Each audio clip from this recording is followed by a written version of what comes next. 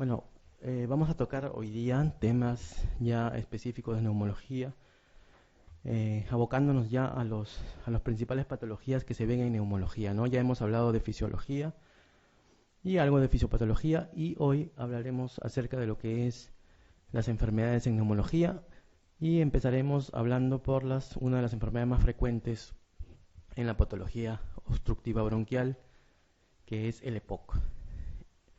EPOC se define como enfermedad pulmonar obstructiva crónica, que son pues las siglas de esta enfermedad bronquial crónica invalidante, ¿no? Está muy relacionada al tabaco y también obviamente al fumar.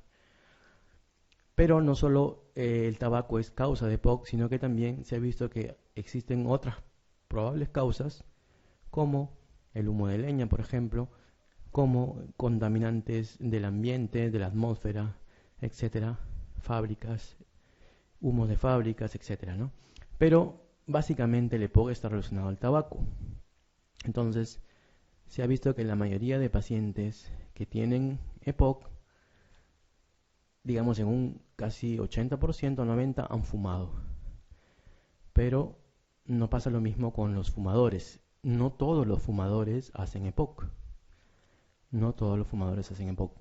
Pero la mayoría de los pacientes con EPOC sí han tenido un antecedente en un gran porcentaje de haber fumado. Por eso le decía que el tabaco está muy relacionado al EPOC. El tabaco en el pulmón produce pues muchas cosas, el humo del tabaco, principalmente patologías de tipo obstructivas a nivel del bronquio, pero también puede producir patología tumoral, como vemos aquí, ¿no? Y también, obviamente, no solo afecta al pulmón, sino que también afecta al corazón, produciendo problemas de hipertensión o algunos problemas de infarto, de angina, etcétera, que a la larga van a producir mayor problema en este tipo de pacientes. Importante hablar de la composición del tabaco, porque ya les decía, el tabaco es el principal factor que produce EPOC. Se ha visto que la composición del humo del tabaco está asociada a unas 4.000 sustancias y de estas sustancias muchas de ellas tienen carácter para producir, por ejemplo, dependencia como la nicotina, o también pueden producir problemas cardíacos como el monóxido de carbono o también cáncer de pulmón como los alquitranes y los benzopirenos. Entonces, la dependencia física del tabaco está básicamente dada por la nicotina. Entonces, de estas 4.000 sustancias, solo prácticamente la nicotina y otras sustancias más, pero principalmente la nicotina es la que produce la dependencia física de estos pacientes fumadores. En el caso de la patología tumoral, se ha visto que existen otras sustancias diferentes a la nicotina y que están relacionadas a este tipo de tumores en el pulmón. Aquí tenemos a los alquitranes, benzopirenos y las nitrosaminas. Y como les mencionaba, las enfermedades cardiovasculares o los efectos cardiovasculares del tabaco están relacionadas básicamente al monóxido de carbono y también a la nicotina. Esto es importante que lo conozcan porque de estas 4.000 sustancias, estas son las principales productoras de los efectos del tabaco. El tabaco y el pulmón, les decía, producen EPOC, pero también producen cáncer de pulmón. Cuando hablamos de EPOC, básicamente estamos hablando de dos tipos de enfermedades, la bronquitis crónica y el enfisema pulmonar. Y les recalco esto porque muchos confunden todavía, por ejemplo, bronquiectasias o por ejemplo asma crónica con EPOC. Y no es lo mismo y tampoco están incluidas como patologías dentro de lo que es el EPOC. Entonces, el EPOC, por ahora, están reconocidas dos enfermedades, la bronquitis crónica y el enfisema pulmonar. Ambas se diferencian tanto por la clínica como por la fisiopatología diferente que tienen cada una de ellas. Por ejemplo, la bronquitis crónica, les mencionaré que es un problema netamente obstructivo del bronquio o de la vía aérea. En cambio, el enfisema es una enfermedad propia del parénquima pulmonar. Tiene que ver con destrucción del tejido elástico por este humo de tabaco, por estas sustancias que tiene el tabaco y que a la larga llevan a que el paciente se vuelva enfisematoso y tengo un pulmón donde a la larga atrapa aire, se hiperinsufla y esto es lo que produce la disnea y los síntomas en este tipo de pacientes. Muy diferente a la bronquitis crónica entonces. Y obviamente el cáncer de pulmón relacionado al tabaco, hay una variedad de cánceres de pulmón, básicamente son 4 tipos, aunque actualmente se han dividido en 2, los cánceres de células pequeñas y los cánceres de células no pequeñas, ¿no? Que luego en otra clase la hablaremos. El tabaco entonces a nivel de la vía aérea que produce muchos efectos, principalmente la pérdida de cilios. Estos cilios ustedes deben conocer, son los pelitos que existen encima de las células de la vía aérea. Y estos pelitos, por decirlo así, lo que producen es un barrido y una formación o un envío de las materias particuladas que llegan a la vía aérea hacia afuera. Entonces, este barrido lo que hace de una manera mecánica es expulsar esas partículas tóxicas hacia afuera. E incluso, en algunos momentos, en algunas ocasiones, pueden mezclarse con el moco producido por la vía aérea y eso servir como una forma de expulsarlas, ¿no? Entonces, los cilios se pierden cuando el paciente empieza a fumar. Y no solo se pierden los cilios, sino también se pierde el movimiento ciliar que normalmente se produce en la vía aérea, ¿no?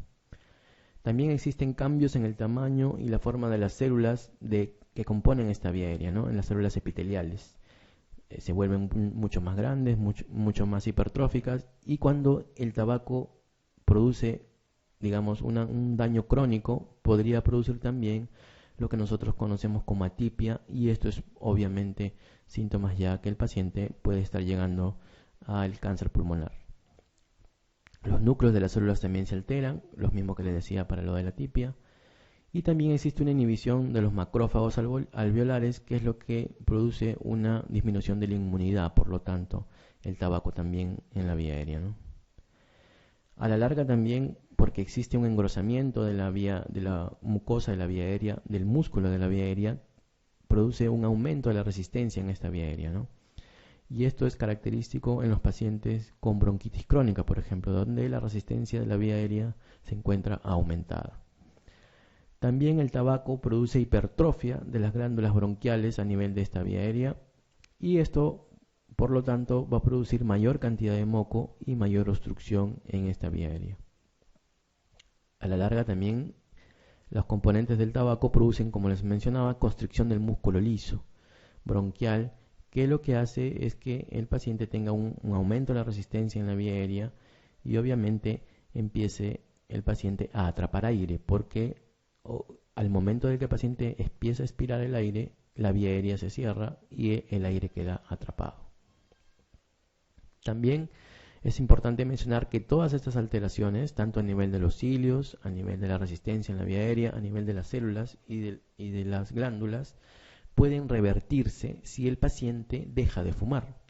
Ahora, esto va a depender mucho de, digamos, la etapa en que el paciente esté fumando, ¿no? Si el paciente es un fumador todavía leve o moderado y deja de fumar, todas estas alteraciones que les he mencionado pueden revertirse y llegar al estado normal, si el paciente deja de fumar totalmente.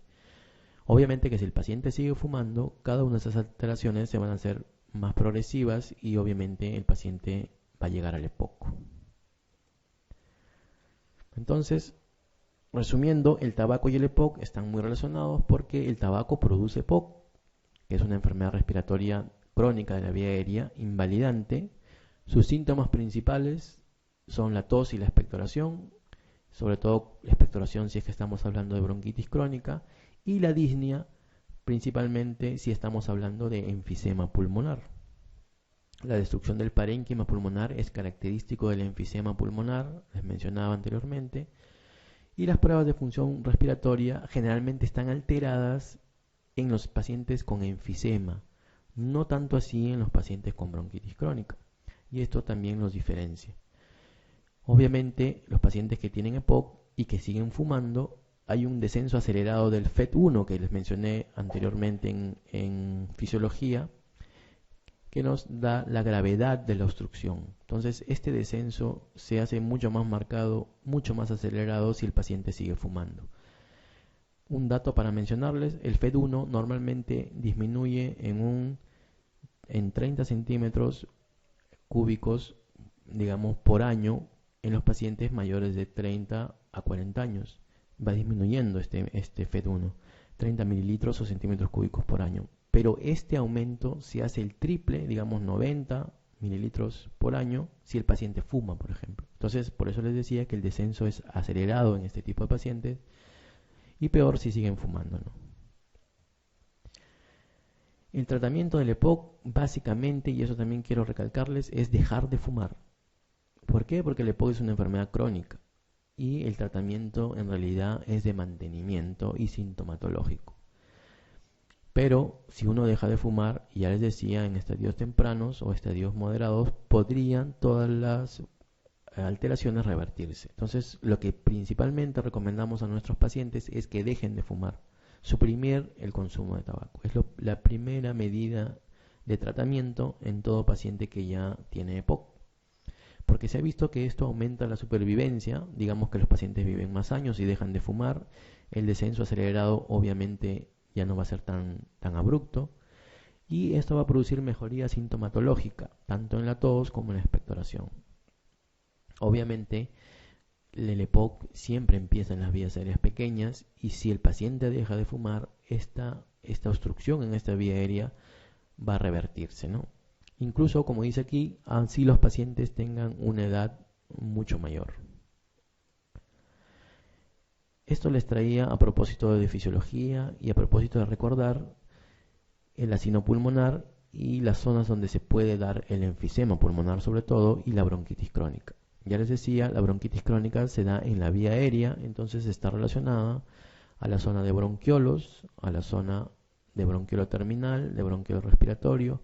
En cambio, el enfisema está más relacionada con la zona mucho más periférica, en este caso el acino, que tiene que ver con la zona de las zonas alveolares o la zona de los tabiques interlobulillares, ¿no? Lo que pasa aquí en el enfisema es que se produce una alteración a nivel de estos acinos o sacos alveolares que en vez de ser así divididos se van juntando y van haciendo unos grandes acinos o unos grandes sacos pulmonares, y esto a la larga es lo que lleva a la destrucción del pulmón y a la larga obviamente lleva al atrapamiento de aire.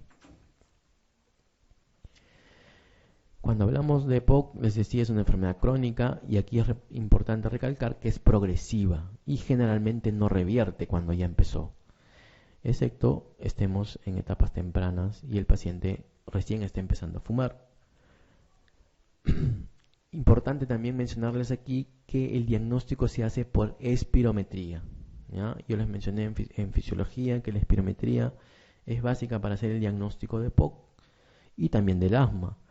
¿Qué es lo que se ve en los pacientes con EPOC? Una obstrucción bronquial poco reversible o casi nada reversible. Entonces es lo que vemos en estos pacientes, ¿no?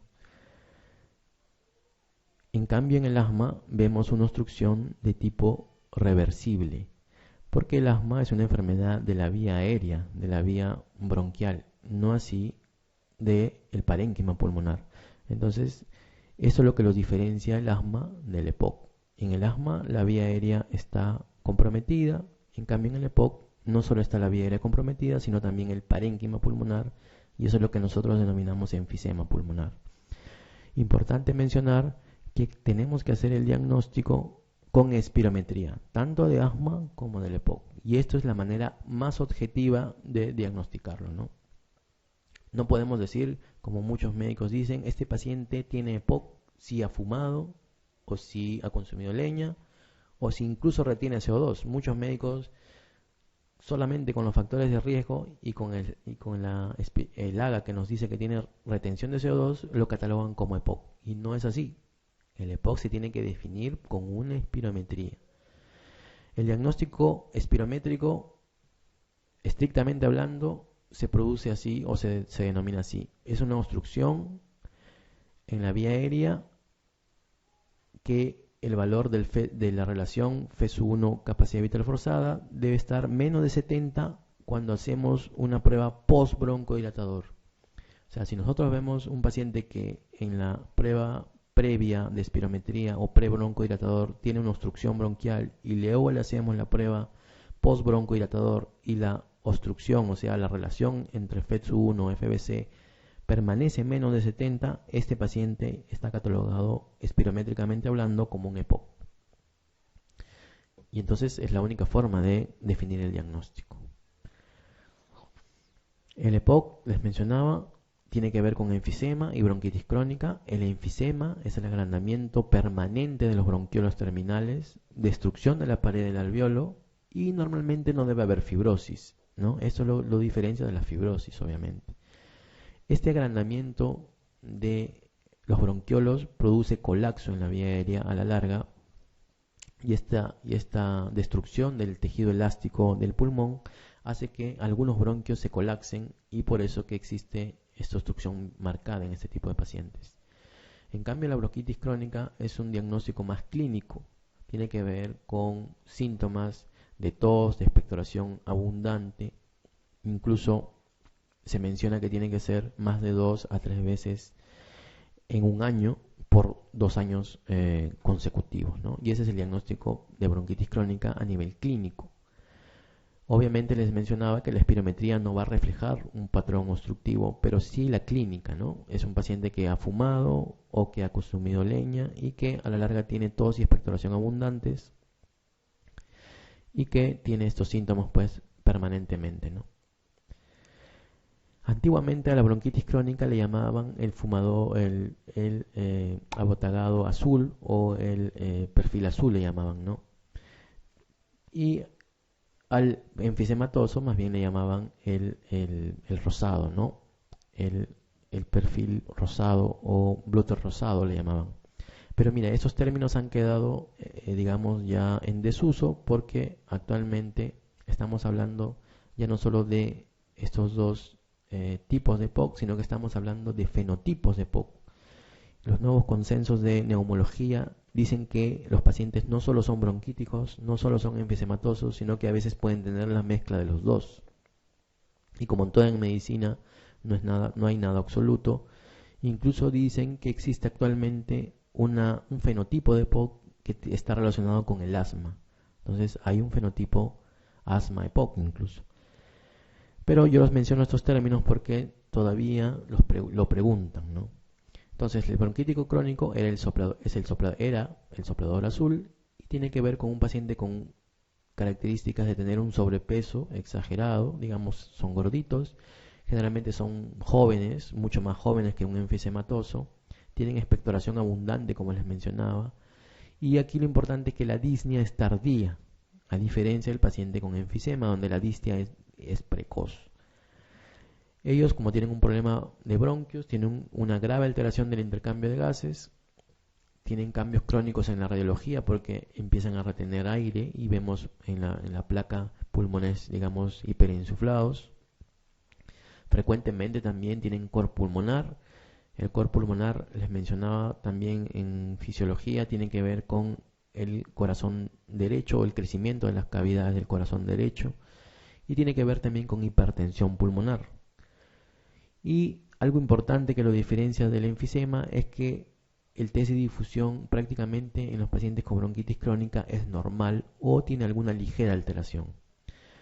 En cambio, en los pacientes con enfisema son prácticamente todo lo contrario, son más flaquitos, son asténicos, tienen mayor edad que los bronquíticos crónicos, no tienen casi expectoración, pero aquí lo importante es la disnea. En ellos la disnea es precoz, a diferencia del bronquítico crónico, donde la disnea era muy tardía.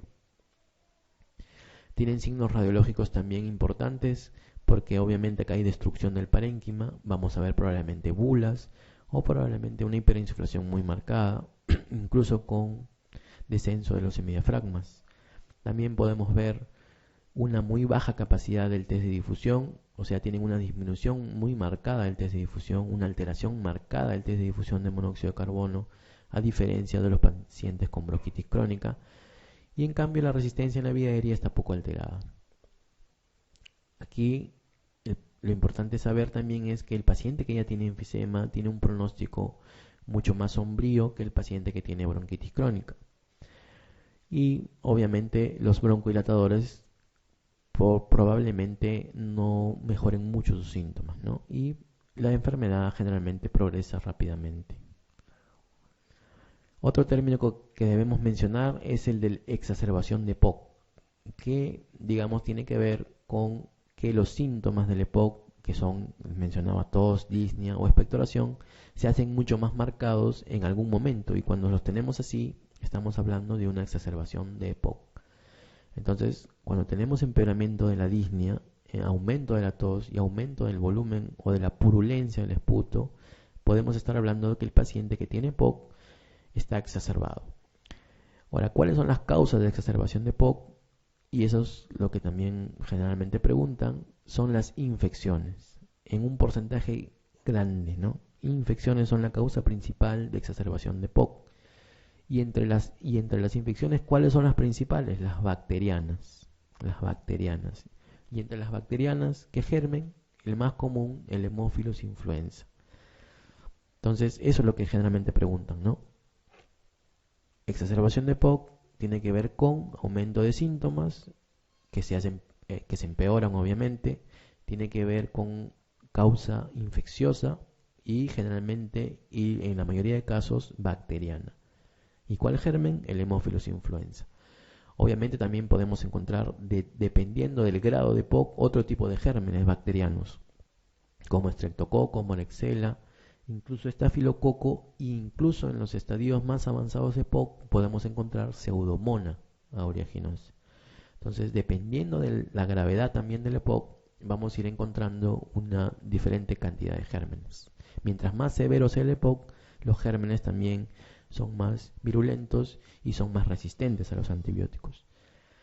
Otra de las causas infecciosas de la exacerbación de EPOC son los virus, pero en un porcentaje mucho menor, y también algunas bacterias de tipo atípicas, que también, como la Moraxella, que también en un porcentaje mucho menor. Bueno, entonces con lo que hemos hablado de esta parte de EPOC, vamos a ir respondiendo, yo creo, algunas preguntas. Aquí nos faltó un poco mencionar el tratamiento. Ya les decía, el tratamiento básicamente es sintomático, y como esta es una patología a nivel bronquial y crónica, el tratamiento es con broncodilatadores, y esto es importante que lo conozcan. A diferencia del asma, y esto se basa en la fisiopatología de las enfermedades. El asma es una enfermedad inflamatoria alérgica a nivel eosinofílico, es una inflamación alérgica eosinofílica. El EPOC es una inflamación no alérgica de tipo neutrofílico, o sea, son otro tipo de células. Y por lo tanto, cuando hablamos de eosinófilos, estamos hablando de una inflamación alérgica. Se sabe que los corticoides disminuyen la cantidad de eosinófilos en todo lo que es la vía aérea. Por lo tanto, el tratamiento del asma, que es una enfermedad inflamatoria alérgica, tiene que ver con antiinflamatorios, principalmente corticoides. En cambio, el EPOC, como es una enfermedad inflamatoria neutrofílica, no tiene nada que ver aquí el corticoide, porque el corticoide no altera los neutrófilos, no los disminuye. Entonces, por eso que el tratamiento en el EPOC es sintomático y se va a basar básicamente en broncodilatadores, a diferencia del asma. ¿Ya? Entonces, esto que les quede claro, el asma, el tratamiento es antiinflamatorio, y en el EPOC el tratamiento es broncodilatador. Bueno, respondamos esto. A ver, respecto a la acción del tabaco sobre las vías respiratorias, hay que señalar la respuesta falsa. ¿Cuál es la respuesta falsa aquí? A ver. Les mencionaba, el tabaco tiene más o menos 4.000 sustancias, entre ellas la nicotina, los alquitranes, el monóxido de carbono, y obviamente producen una serie de alteraciones en la vía aérea. Por ejemplo, inhibe la acción de los macrófagos alveolares. ¿Qué les parece? Cierto, ¿no? Obviamente les decía, inhibe la inmunidad a nivel de la vía aérea, y obviamente el macrófago tiene que ver con la inmunidad en la vía aérea. Aumenta la resistencia de la vía aérea. Obviamente estamos hablando de que produce alteración del tejido elástico. Esto produce enfisema pulmonar, y esto a la larga puede llevar a broncoconstricción, y esto aumentado al aumento de secreciones, al aumento de moco por hipertrofia de las glándulas, produce aumento de la resistencia también de la vía aérea. ¿Produce hipertrofia de las glándulas bronquiales? Les decía que sí. Obviamente hay mayor cantidad de moco y básicamente esto se ve en los pacientes con bronquitis crónica. ¿Estimula la constricción del músculo liso bronquial? Obviamente sí. Este daño tan marcado de la vía aérea produce esta constricción del músculo liso porque se empieza a inflamar, como les decía, a nivel de neutrófilos, y esto engrosa también esta membrana a nivel del músculo liso, y por lo tanto también se produce mayor broncoconstricción. ¿Qué les parece la E? Disminuye la densidad de los cilios. Hasta ahí está perfecto. Pero aquí dice, pero aumenta su movilidad. Obviamente no, pues no. Sí disminuye la densidad de los cilios, pero disminuye también su movilidad y disminuye, como les decía, la capacidad de eliminar partículas tóxicas que ingresan a la vía aérea. Entonces, por eso la respuesta aquí es la E. A ver, la 2, en el enfisema. Ya les decía, enfisema tiene que ver con parénquima, tiene que ver con acino respiratorio. Y aquí nos dice que el acino respiratorio es la unidad funcional de intercambio gaseoso, obviamente es así. ¿Qué estructura no forma parte del acino? Por eso les puse lo del acino, ¿no? Y eso es una pregunta de fisiología en realidad, pero la relacionan aquí con el enfisema.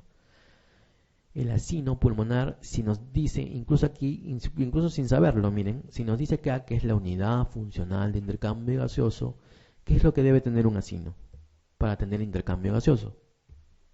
Alvéolos. O sea, sin saberlo, por eso les decía, todas las cosas dentro de las posibilidades que nos ponen acá, que nos mencionen alvéolos, es parte del acino porque es la unidad funcional, ¿no? Obviamente ustedes saben que el acino está compuesto por el bronquiolo respiratorio, por el conducto alveolar, por los sacos alveolares y finalmente el alvéolo. Todas estas estructuras que les he mencionado tienen alvéolos, incluso el bronquiolo respiratorio, por eso se llama respiratorio. En cambio, el bronquiolo terminal simplemente, y les mencioné en fisiología, es vía aérea de conducción. No tiene nada que ver con el acino. Por lo tanto, no tiene alvéolos. Entonces, ¿cuál es la respuesta según esto? Y aquí les han puesto términos como para marearlos, ¿eh? Y así les ponen en el examen. ¿Qué les parece los alvéolos terminales? ¿Existe ese término? ¿Han escuchado alvéolos terminales? Como si hubieran alvéolos principales o primarios o primeros, ¿no? En realidad los alvéolos son alvéolos, simplemente que están algunos a nivel periférico, otros están en el saco, otros están en el conducto, otros están en el bronquiolo respiratorio, pero no existe alvéolos terminales. Pero sin embargo se tiene que considerar como parte del acino un alvéolo terminal, a pesar de que no existe este término. Bronquiolo subterminal, ¿qué les parece el bronquiolo subterminal? No existe tampoco ese término. Sin embargo, vamos a ver las demás respuestas. Sacos alveolares, parte del acino, tiene alvéolos. Conducto alveolar, obviamente. Bronquiolo respiratorio, también. Entonces, aquí la única respuesta es la D. A pesar de que no existe este término, es la D.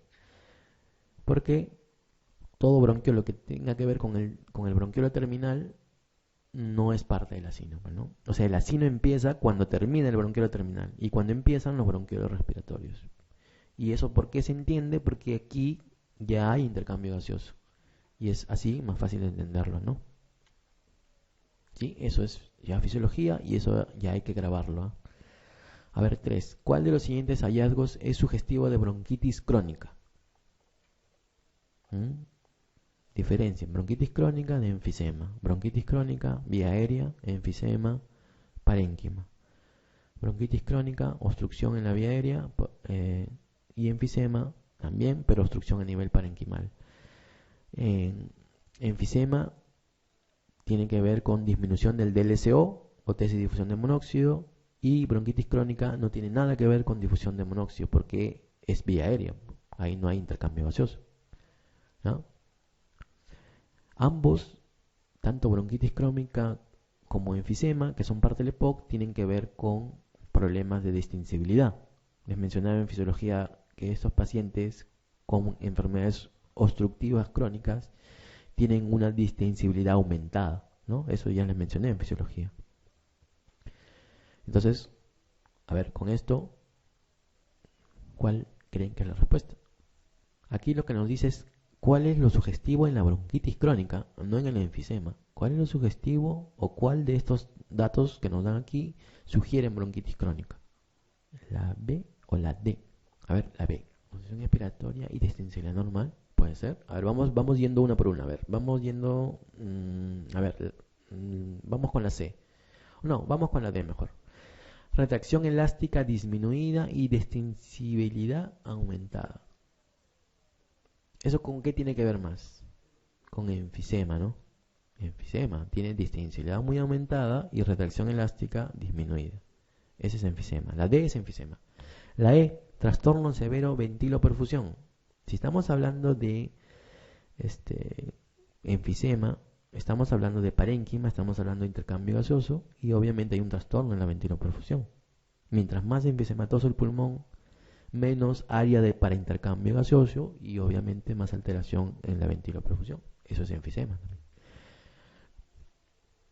A ver, la A, la B y la C. La A, la B y la C empiezan iguales. Obstrucción expiratoria. ¿Es así? ¿Obstrucción expiratoria o obstrucción inspiratoria? ¿No? ¿Inspiratoria o expiratoria? ¿Es o in? Expiratoria, ¿no? Sí, es cierto. O sea, el aire entra normal, pero no sale. Se queda atrapado, por eso atrapamiento aéreo. Se queda atrapado. ¿Por qué se queda atrapado? Porque los bronquios empiezan a colapsarse por ese rompimiento del tejido elástico, ¿no? El tejido elástico lo que hace en los bronquios es dilatarlos y cerrarlos. Dilatarlos y cerrarlos. Es un pulmón normal. Pero si tenemos tejido elástico roto por el enfisema, en vez de dilatarse, se cierra más bien. Y por eso que se produce esa obstrucción expiratoria a la salida del aire. Y está bien. Ambos, A, B y C, tienen lo mismo. Ahora, a ver, veamos la C. Miren, obstrucción expiratoria, no inspiratoria. ¿Qué les parece eso? Cuando hablas de no inspiratoria, ¿qué me estás queriendo decir? Cuando estás negando algo, ¿qué me quiere decir? Que es lo otro, que es expiratoria. O sea, acá me están diciendo obstrucción expiratoria, expiratoria. Dos veces me lo están mencionando, ¿no? Obstrucción expiratoria, no inspiratoria. Me lo están recalcando en realidad. Y distensibilidad aumentada, ¿no? Por ponerme esto de aquí, que me están redundando, digamos, esta no es la respuesta, ¿no? A ver, la obstrucción expiratoria y difusión alveolo capilar disminuida. ¿Eso con qué va? ¿Con enfisema o con bronquitis crónica? El DLCO alterado, con enfisema, pues, ¿no? ¿Y entienden esto del DLCO? ¿Por qué disminuyen el DLCO en el enfisema? ¿Lo entienden? ¿Sí? ¿Por qué no disminuyen en la bronquitis crónica? Disminuye, ¿por qué? Porque ya les decía, el intercambio gaseoso a nivel alveolo capilar, y eso le mencioné en fisiología, tiene que ver con que haya un alveolo indemne, un intersticio indemne y un capilar indemne, o sea, normal, digamos, ¿no? Pero ¿qué pasa en el enfisema? Como hay esta destrucción del tejido elástico, los alveolos empiezan a juntarse entre ellos y entonces vamos a formar sacos grandes de alveolos. Pero digamos, formación de alveolos a la larga y esa destrucción del tejido elástico destruye los capilares que estaban al costado de cada alveolo. Entonces esta membrana alveolo capilar, digamos, de esa zona enfisematosa está disminuida, no existe en realidad. Como no existe esa membrana alveolo capilar porque se ha destruido por el enfisema, el intercambio gaseoso por lo tanto es disminuido. No es que se rompieron capilares, se formaron grandes sacos y obviamente no existe esa membrana indemne. Entonces, por lo tanto, la difusión disminuye. En cambio, en la bronquitis crónica no. La bronquitis crónica es a nivel de vía aérea. No tiene nada que ver con destrucción. Es vía aérea nada más. El aire pasa, se pasa y ya no sale.